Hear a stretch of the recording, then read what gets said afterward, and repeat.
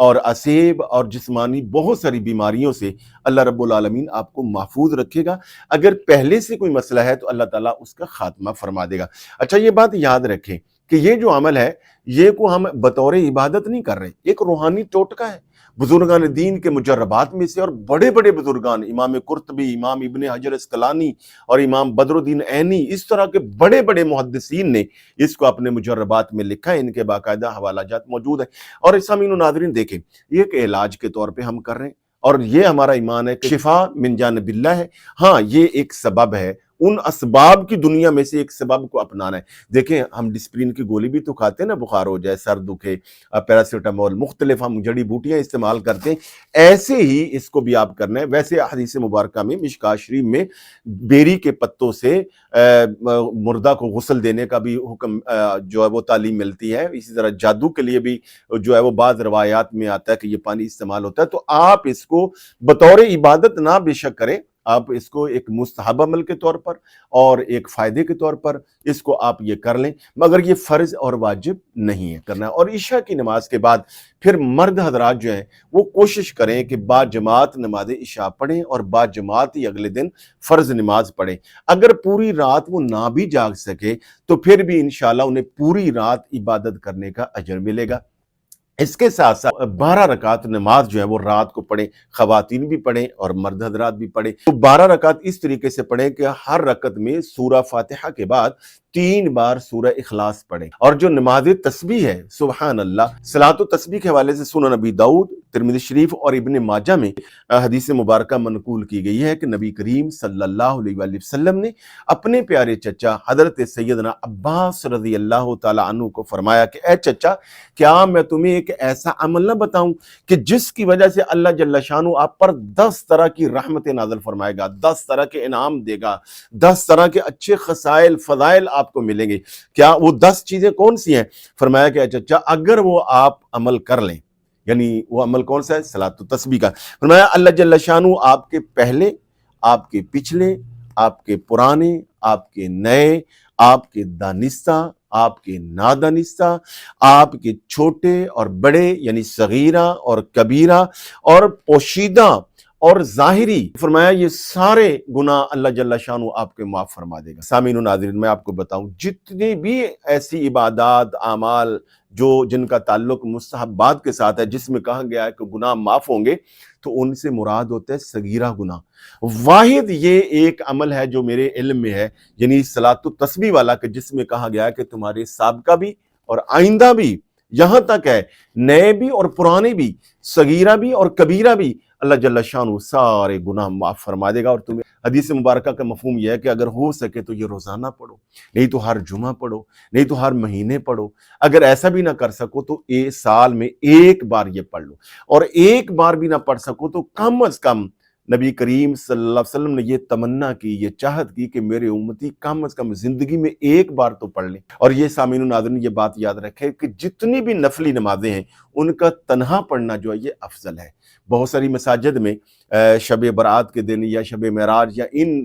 پاکیزہ اور اعلیٰ اور بابرکت راتوں میں بعض ائمہ علماء کرام جو ہے با جماعت صلاۃ و تسبیح بھی کرواتے ہیں، مگر یہ بات یاد رکھے کہ ہمارے ائمہ علماء احناف نے فرمایا کہ جو تسبیح نماز یا کوئی بھی نفلی نماز ہے اس کو اعلانیہ یعنی بالتداعی، اعلان کے ساتھ، اہتمام کے ساتھ کرنا یہ افضل نہیں ہے، تو یہ ناپسندیدہ ہے۔ بہتر یہ ہے کہ تنہا پڑھی جائے۔ ہاں، بعض ائمہ اور علماء اگر لوگوں کو سکھانے کے لیے کہ بعض لوگوں کو پڑھنا نہیں آتا ہے تو وہ سیکھ لیں گے، تو یہ تعلیم و تعلم کی نیت سے اگر با جماعت بھی پڑھ لیتے ہیں تو اس پہ بھی کوئی تان والی بات نہیں ہے۔ صلاۃ و تسبیح کی نیت جو وہ نیت دل کے ارادے کا نام ہے، اور نیت اس طریقے سے 4 رکعت نماز صلاۃ و تسبیح واسطے اللہ تعالیٰ کی منہ طرف خانہ کعبہ شریف کے اللہ اکبر۔ تو طریقہ یہ ہے کہ اس کی ہر رکعت کے اندر 75 مرتبہ جو وہ تسبیح پڑھنی ہوتی ہے، سبحان اللہ۔ اس کا طریقہ یہ ہے کہ پہلے آپ اللہ اکبر کہہ کر ہاتھ باندھ لیں گے، سبحانک اللہ پڑھیں گے، اور بسم اللہ اور اعوذ باللہ پڑھنے سے پہلے 15 مرتبہ آپ نے یہ پڑھنا ہے، سبحان اللہ والحمد للہ ولا الہ الا اللہ واللہ اکبر، یہ 15 مرتبہ پڑھنا ہے۔ اور پھر اس کے بعد آپ قرات کریں گے، یعنی سورہ فاتحہ اور کوئی سورت ملائیں گے، اور رکوع سے جانے سے پہلے پھر 10 بار پڑھیں گے سبحان اللہ والحمد للہ ولا الہ الا اللہ واللہ اکبر، یہ 10 بار۔ پھر رکوع میں جائیں گے، رکوع کے اندر پھر 10 بار پڑھیں گے، اور رکوع سے کھڑے ہو کر جس کو قومہ کہا جاتا ہے، پھر یعنی سجدہ جانے سے پہلے اس میں 10 بار پڑھیں گے، پھر سجدہ اول میں جا کر 10 بار پڑھیں گے، پھر 2 سجدوں کے درمیان میں پڑھیں گے، پھر سجدہ ثانی میں پڑھیں گے۔ یوں آپ دیکھیں گے کہ ایک رکعت میں 75 مرتبہ یہ تسبیح بن جائے گی۔ اب دوسری رکعت میں جب کھڑے ہوں گے تو تعوذ اور بسم اللہ پڑھنے سے پہلے پھر اس کو 15 مرتبہ پڑھیں گے، پھر اسی طرح رکوع سے پہلے، رکوع میں، رکوع سے اٹھ کر، پھر سجدے میں پہلے میں، پھر 2 سجدوں کے درمیان، اور پھر دونوں سجدوں میں، اور اس طریقے سے دوسری رکعت میں بھی 75۔ اور تیسری رکعت آپ جب پڑھیں گے تو چونکہ یہ نفل ہے تو تیسری رکعت کو سبحانک اللہم وبحمدک یہاں سے شروع کریں گے، اور پھر اسی طرح جیسے پہلی رکعت میں کیا تھا اسی طرح آپ پڑھ کر تو ہر رکعت میں آپ 75 مرتبہ پڑھیں گے، کل 300 بار یہ ہو جائے گا۔ تو اس کا طریقہ یہ کہ جب آپ نے ہاتھ باندھے ہیں تو گنتی کے لیے آپ کو الگ سے کوئی کاؤنٹر یا تسبیح لینے کی ضرورت نہیں ہے، ایسے ہاتھ باندھے ہیں، خواتین نے سینے پہ ہیں، مرد حضرات نے ناف پہ ہیں، تو ایک جو باری باری انگلی ہے اس کو تھوڑا ہلکا سا دباتے جائیں تاکہ آپ کو یاد رہے۔ پھر بھی اگر کوئی تسبیح پڑھنے میں تعداد تھوڑی آگے پیچھے ہو جائے تو اللہ جل شانہ معاف کرنے والا بھی ہے اور قبول کرنے والا بھی ہے۔ اور 15 شعبان کا جو ہے وہ روزہ رکھیں۔ اب آئیے کہ نصف شعبان میں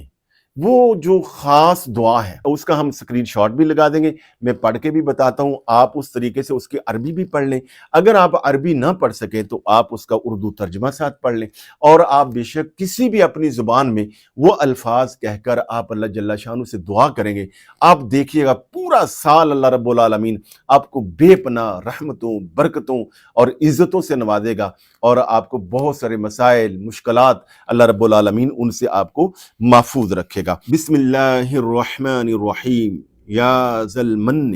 ولا یمن علی، یا ذا الجلال والاکرام، یا ذا الطول والانعام، لا الہ انت زہر اللاجعین وجار المستجیرین وامان الخائفین، اللہم ان کنت کتبتنی عندک فی الکتاب شقیا او محروما او مترودا او مکترا علی فی الرزق فامحو، اللہم بفضلک شکاوتی وحرمانی وتردی واقتتار رزقی واثبتنی عندک فی الکتاب سعیدا مرزوقا موفقا للخیرات، فإنك قلت وقولك الحق في كتابك المنزل على لسان نبيك المرسل، يمحو الله ما يشاء ويثبت وعنده الكتاب، إلهي بالتجلي الأعظم في ليلة النصف من شهر شعبان المكرم التي يفرق فيها كل أمر حكيم ويبرم، أن تكشف عنا من البلاء والبلواء ما نعلم وما لا نعلم وأنت به عالم، إنك أنت العز الأكرم، وصلى الله تعالى على سيدنا محمد وعلى آله وأصحابه وسلم، والحمد للہ رب العالمین۔ اس کا ترجمہ سنیے مفہوماً، اے اللہ، اے احسان کرنے والے، جس پر احسان نہیں کیا جاتا، یعنی اے اللہ تو احسان کرنے والا ہے، تجھ پر کوئی احسان نہیں کرنے والا، اے بڑی شان و شوکت والے اللہ، اے فضل و انعام والے اللہ، تیرے سوا کوئی معبود نہیں، تو پریشان حالوں کا مددگار ہے، پناہ مانگنے والوں کو پناہ دینے والا ہے، خوف زدوں کو امان دینے والا ہے۔ اے اللہ، اگر تو اپنے یہاں الکتاب یعنی لوح محفوظ میں اگر مجھے شکی، محروم، دھتکارا ہوا اور رزق میں تنگی دیا ہوا لکھ چکا ہے تو اے اللہ اپنے فضل سے میری بدبختی، محرومی، ذلت اور رزق کی تنگی کو مٹا دے، اور اپنے پاس الکتاب یعنی لوح محفوظ میں مجھے خوش بخت رزق دیا ہوا اور بھلائیوں کی توفیق دیا ہوا ثبت فرما دے، یعنی یہ لکھ دے تو نے ہی تیری نازل کی ہوئی کتاب میں تیرے ہی بھیجے ہوئے نبی کی زبان پر فرمایا، اور تیرا فرمانا حق ہے۔ اے اللہ تو جو چاہے مٹا سکتا ہے، جو چاہے تو ثابت فرما سکتا ہے، اور اصل لکھا ہوا وہی ہے جو تیرے پاس ہے۔ خدایا اے تجلی اعظم کے وسیلہ سے جو نصف شعبان المکرم کو یعنی 15ویں رات کو یعنی شب برات میں اے اللہ تو فرماتا ہے جس میں بانٹ دیا جاتا ہے ہر حکمت والا کام اور اٹل کر دیا جاتا ہے، یا اللہ مصیبتوں اور رنجشوں کو ہم سے دور فرما،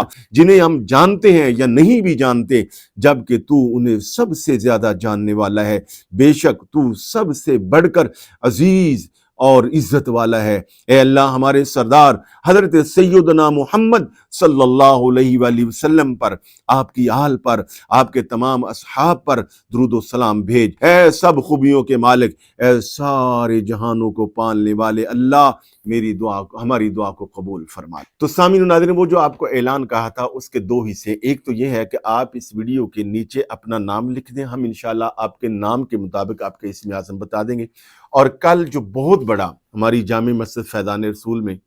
شام نگر چبرجی لاہور میں اجتماع ہونے والا ہے، اس میں جو خصوصی دعا کی جاتی ہے، جو لوگ اس ویڈیو میں اپنا نام لکھ دیں گے انشاءاللہ ہم ان کا نام بھی شامل کریں گے۔ ویسے تو حضور کی ساری امت کو ہی ہم شامل کرتے ہیں۔ آپ سے گزارش ہے کہ اس ویڈیو کو لائک اور دوسروں کو صدقہ جاریہ کی نیت سے شیئر بھی کر دیجئے۔ شکریہ۔